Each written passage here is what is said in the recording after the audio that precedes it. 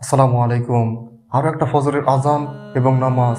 কুয়াশার চাদরে আবৃত এই সকালটা যেন ভীষণ বিষাদময়। ওসমান হাদি ভাই যেন ডেকে বলছে, আজ যদি আমি বেঁচে থাকতাম তাহলে আজ আমি ফজরের নামাজের পর মসজিদের সামনে দাঁড়িয়ে থাকতাম, মুসল্লিদের সাথে দেখা করতাম, তাদের সাথে মুসাফা করতাম, মোলাকাত করতাম এবং নির্বাচনী প্রচারণা করতাম। কিন্তু ওরা আমাদের ভাইকে বাঁচতে দেয়নি।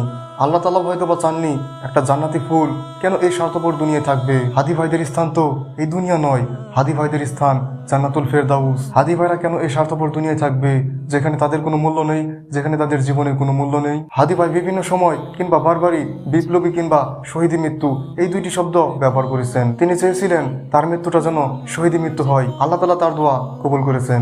আপনি ভাবছেন এত এত মানুষের দোয়া, 18 কোটি মানুষের দোয়া আল্লাহ তাআলা কি বিফলে নিল?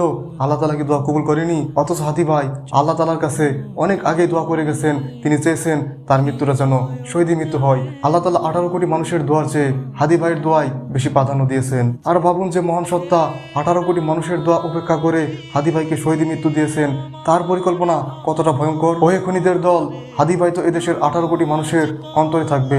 আল্লাহ তাআলা তাকে জান্নাতুল ফেরদাউস দান করবে। তোরা কি একবার ভেবেছিস তোদের কি হবে? হাদি ভাই তো মারা যায়নি, হাদি ভাই শহীদ হয়েছেন, আর শহীদরা কখনো মরে না।